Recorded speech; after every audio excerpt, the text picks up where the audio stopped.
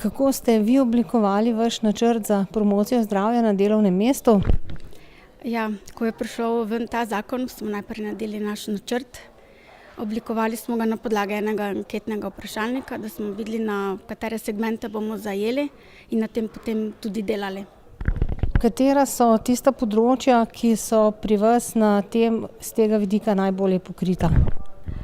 Ja, najbolj pokrito mislim, da je samo, kako bi naj rekla, te ergonomski pogoji za delo, kar se tiče teh pisalnih miz, računalnikov, vse to, kar namreč delamo, več ur sedimo, da se potem dobro počutimo.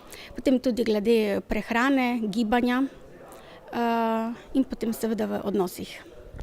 To ste še posebej poudarili, kako skrbite za te odnose?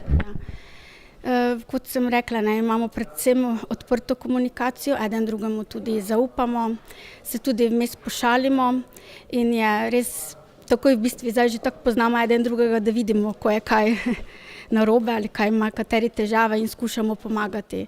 Tako da si res stojimo v dobrem pa slabem in zato nam tudi to dosti pomeni.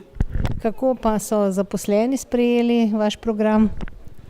Ja, so ga sprejeli, tako tudi delamo na tem, vendar je še kar marsikaj za narediti.